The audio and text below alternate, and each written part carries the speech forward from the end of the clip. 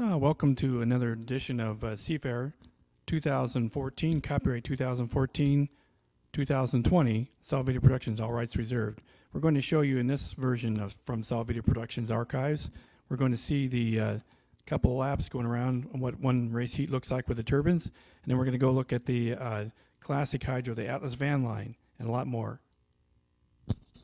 And now the show.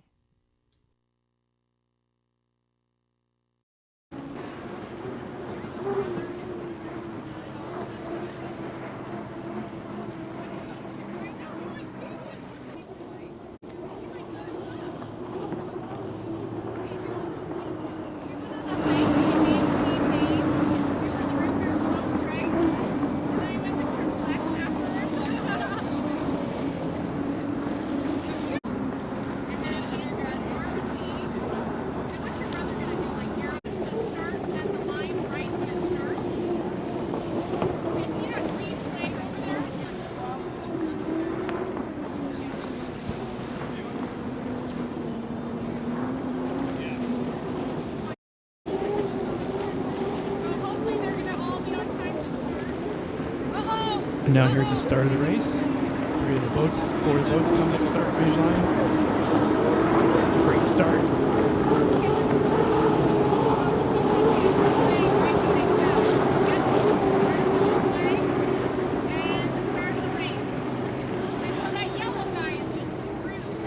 And the race has started. There's 4 boats. Notice the rooster tails on there going up about 12 to 8 feet. He has the lead there. And here comes the Hydroplane as it comes around the north turn, and this is the first lap, doing about 160 miles per hour.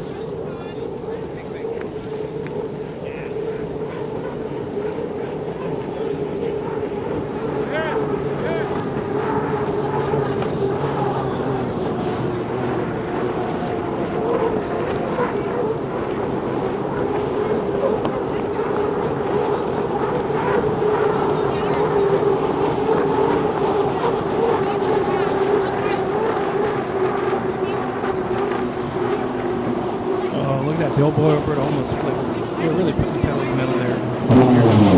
Lead boat right there. Oh, we have a problem. The boat says you just heard that firing. Went up, it died. Let's see if we can find him there. When this happens in the continuing race, the hydroplane is required to move inside, out of the way, so the other boats can finish it. Now, if the boat is blocking the lanes, then they'll put up the warning white flag. Now, if the boat flips over, it comes to a good stop, which we hope it doesn't. As you see right there, the lead boat right there, Ram Trucking. And they're coming in their finishing lap. One more lap to go. Right there. That's the Beacon and Plumbing. It stopped. They had problems with slowing down.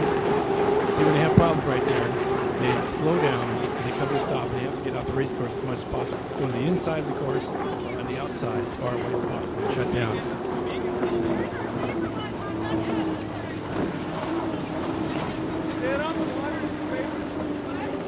Meanwhile, as we go back up the south turn, come to the straightaway there. There's the Graham Trucking. That's your winner right there, coming in for a final lap. He was doing about 160, 170 miles per hour. Doing great. Wow, fantastic. The rooster tail. Now as he comes around the north turn, boy, fantastic. Puts the pedal in the metal. Looking fantastic. Graham Trucking, 2015.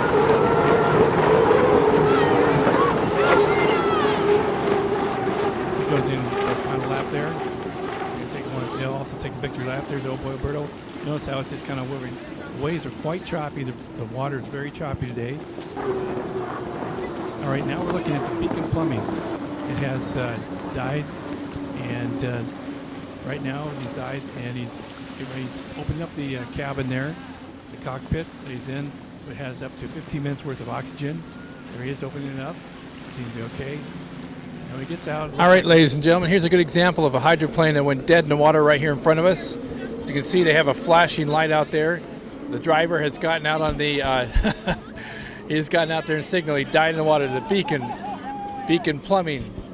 He's climbed in there. it kind of just died right there in front of us. So now what he's doing is checking to make sure that everything is going to be okay. The race heat is over, and I said 2 boats went dead in the water that time. This particular one right here, the blue beacon, we'll just kind of keep it on him. Now what's going to happen is that as you see, the driver right now is checking over and making sure that there's no cracks or anything like that. And they're going to get a tender boat out here and make sure that tow him back into the pits. But he's checking right now. It looks like he's checking to make sure there's no real serious damage to the hydroplane itself. It doesn't seem to be sinking. So he's just going to wait for another boat, for a tender boat to come and tow him to shore and check it out. The driver's okay, just kind of standing, kind of looking at the engine, kind of concerned. He might be a little upset. I wonder what's going through his mind at this time. We really don't know. But there he is. And he's just kind of sitting there and kind of looking. You're watching the hydroplane races here from the shores of Lake Washington, Genesee Park, Seattle, Washington, SEAFAIR 2014. A lot of things have been going on today. There's going to be an air show, all kinds of things going on, and looking forward to the classic hydros. This is a very rare thing to happen here in the hydroplane race in the heat. 2 boats went dead simultaneously. This one right you're looking at now, the Beacon Plumbing, went dead probably second. But way over here, I'll back out a little bit here, and you'll see right down there. We'll zoom in that one. There's the other boat right there. Kind of went sputtered a little bit, as you heard, kind of sputtered and spun. He's being towed back in. Now we're going to swing back over here to Beacon Plumbing, and as you can see right there, there has been the rescue boat's coming over, check and see if he's okay. And he's going up there, and he's just sitting there. The rescue boat has their own independent doctor, diver, should anything happen. As you can see the yellow flag there, everything's okay. The driver's okay. Okay, here comes the tender boat, tow him back in. Tell you about the race course itself. It's a 2-mile race course. They do 3 laps each time, and these hydroplanes will do up to about 190 miles, 200 miles per hour. They have what's called a governor put on them, and that prevents them from going over 200 miles per hour.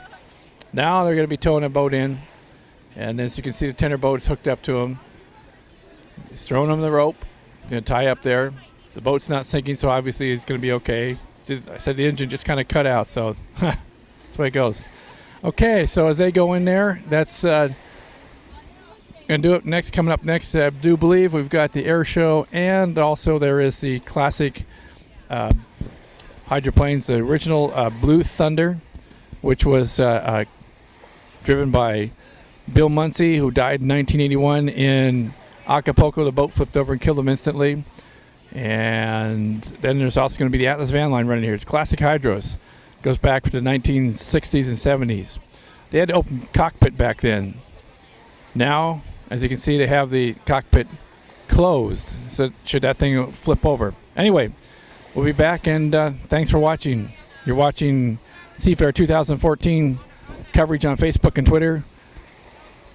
See you real soon. Up next is the classic hydro Atlas van line. Copyright 2014, Solid Video Productions, all rights reserved.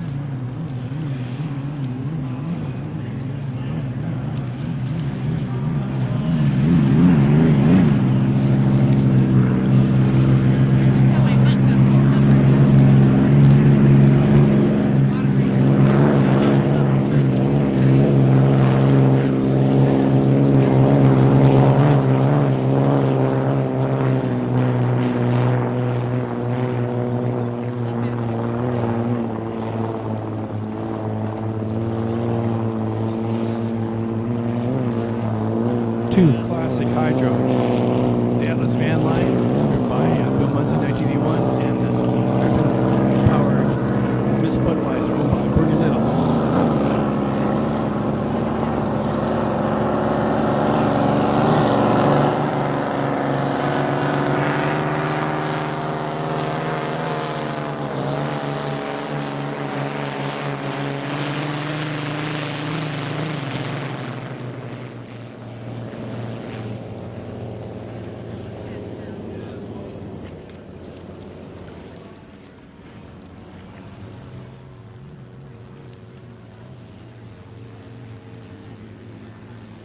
There they are coming along the boat log boom, and they're going to come around one more time as they come around, and they're going to head in. As they head in, they're going to wave and head back into the pits.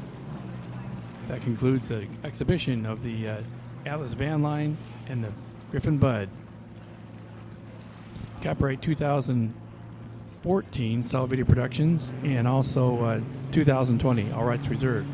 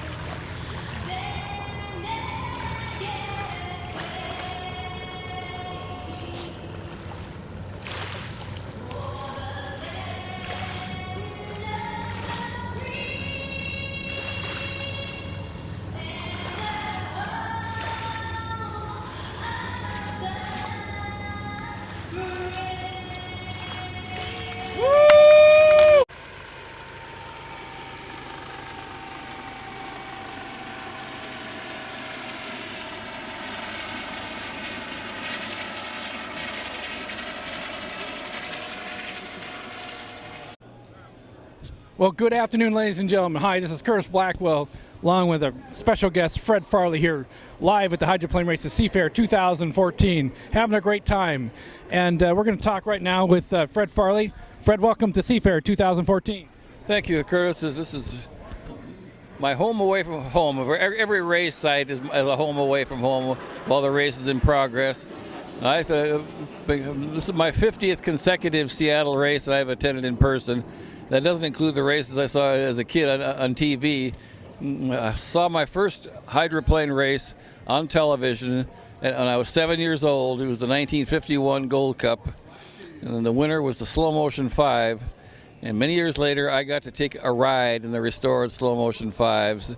And I have a lot of memories in connection with this race and with the boats that have become part of my life. And this is heaven on earth to me. Well, let's talk about your ride on the vintage hydroplane. Which hydroplane was it, and what was it like? That was a Slow Motion 5. It was restored by the Hydroplane and Raceboat Museum in the early 1990s. Slow Motion 5 competed from 1951 to 1966, and went through several names after it was Slow Motion 5. But it raced as a slow-mo from 51 to 55, and it was retired after the 66 season and fell into disrepair until the museum group restored it and put it back in running order. I mean, that was the boat that got me interested. Then in 1994, I had a chance to go for a ride in this restored Slow Motion 5 with Ken Muscatel driving. And this is the boat that, back when it was racing, did a complete backward somersault on Lake Washington in 1955 with Lou Fagel driving.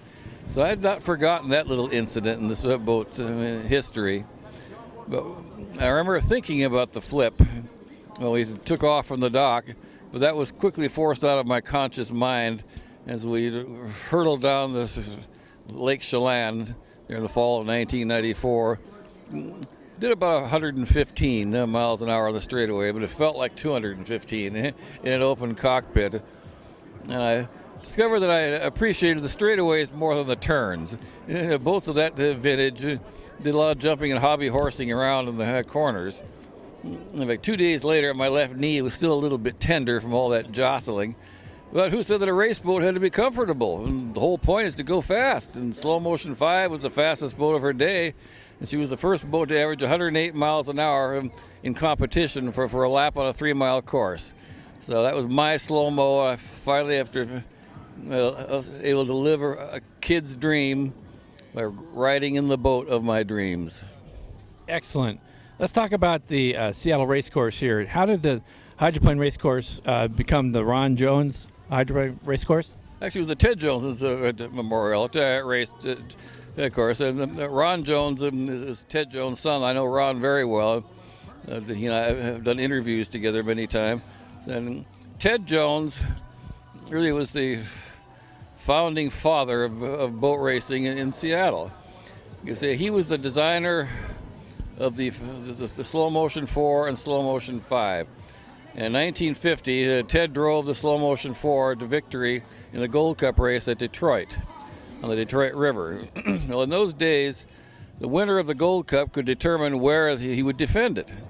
So, Ted and then the slow-mo owner Stan Sayers declared that they would like to defend the Gold Cup here on Lake Washington in 1951. And that's how the tradition here got started. There was a SEAFAIR in 1950, but it did not have an unlimited race. It needed a headline event, and the 51 Gold Cup was just exactly what the doctor ordered. And so that 1951 the SEAFAIR, which featured the Gold Cup, and the brand new Slow Motion 5 won that race, and that was the start of what we have to this day, 64 years later. I've been coming almost 50 years myself, since 1964. I was a little kid. More about that later, ladies and gentlemen. Right now, let's talk a little bit more about the how did you become a hydroplane historian? And you've written lots of articles and put them online for people to read. Tell us about that. You know, I initially got into writing about hydroplane racing because I wanted a pit pass.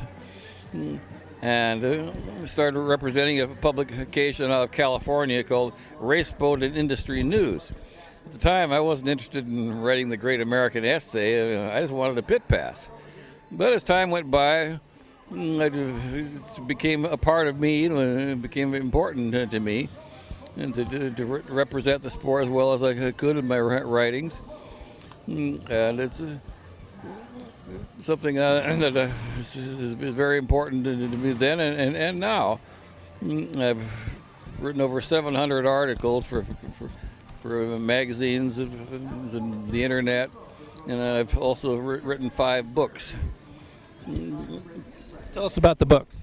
Okay, of the 5 books, 2 of them are a history of the Madison Regatta. I live in the Madison, Indiana area now. I've written 2 of the 5 books are about that event. And I've also done a book on the history of the Gold Cup, A Century of Gold Cup Racing. That came out in 2004. But my personal favorite of the 5 books that I've done is Legends of Thunder, in which I profile over 100 prominent people in the history of unlimited racing. Of those 100 plus profiles that I wrote, I personally met over 80 of the individuals. So hopefully I was able to give some insight of them as people, not just what they accomplished, but what they were really like. And that's the volume I'm the most proud of. Although the book A Century of Gold Cup Racing was a real challenge, because each write-up on each individual Gold Cup since 1904 had to be a standalone article, but there had to be a thread of continuity to string them all together. As a writer, that was very challenging. I'm quite proud of that, the way it turned out as well as it did. So I got a couple more book projects in mind, and hopefully have one out next year. Another one, book number 6, in the next year or two. We're speaking with Fred Farley, the famous hydroplane historian here, and we're coming to you from the shores of Lake Washington live, and it's a great day for hydroplane racing and stuff. So we're going to continue on here with our interview with Fred Farley. Got just a few more minutes before he has to go back and do his what he does being a hydroplane historian. Let's talk about today's race. This morning, Heat 2A that started off. What exactly happened from your perspective?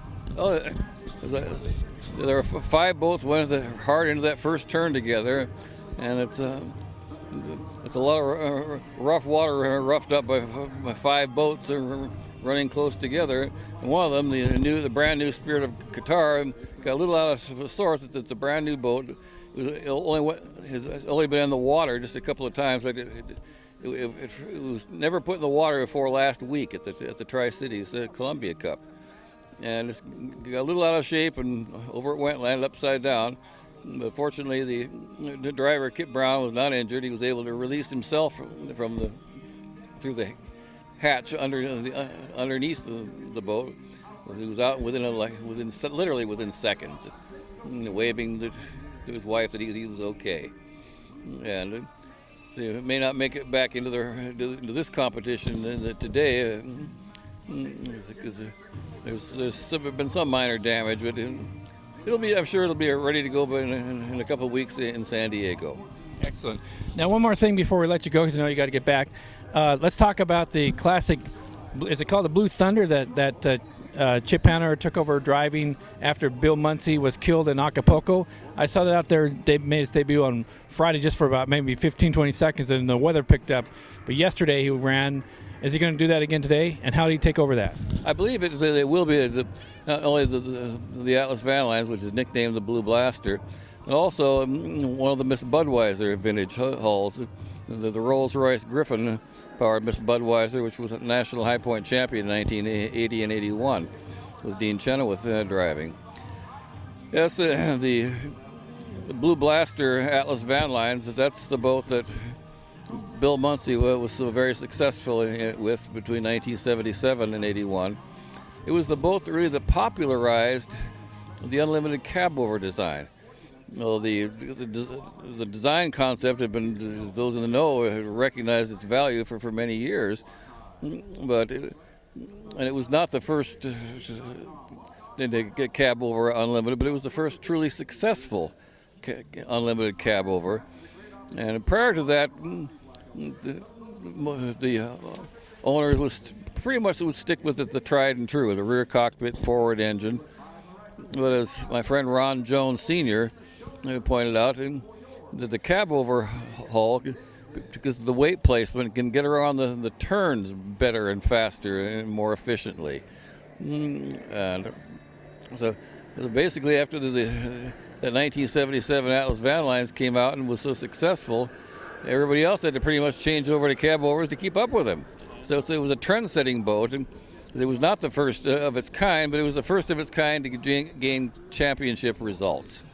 And it was Bill Munsey driving. And unfortunately, it was also the boat that Bill was driving when he lost his life in Acapulco, Mexico in 1981. But the Hydroplane Race Boat Museum headed by its director, David Williams, has made a labor of love these last 3 or 4 years, putting that boat back together and inviting Chip Hanauer to do the honors out here this weekend. Because Chip is the driver who replaced Bill as driver for the Atlas Van Lines team starting in 1982. And it just brought back a lot of memories for me personally, seeing those two classic hulls, the 1977 Atlas Van Lines and the 1980 Griffin-powered Miss Budweiser. And those two boats were the state of the art for their day. It was just great to hear them out there and hear that piston power of the Atlas Van Lines used a Rolls-Royce Merlin, and the Miss Budweiser used a Rolls-Royce Griffin. Seeing and hearing those two classic boats out there again, running side by side with each other, it sure brought back a lot of great memories. Excellent. Well, I see that we're just about out of time, so this is Curtis Blackwell along with historian Fred Farley, wishing you have a great, happy SEAFAIR 2014. Fred, thanks for stopping by today. Glad to. All right. We'll be back a little bit more hydroplane racing coming right up after this.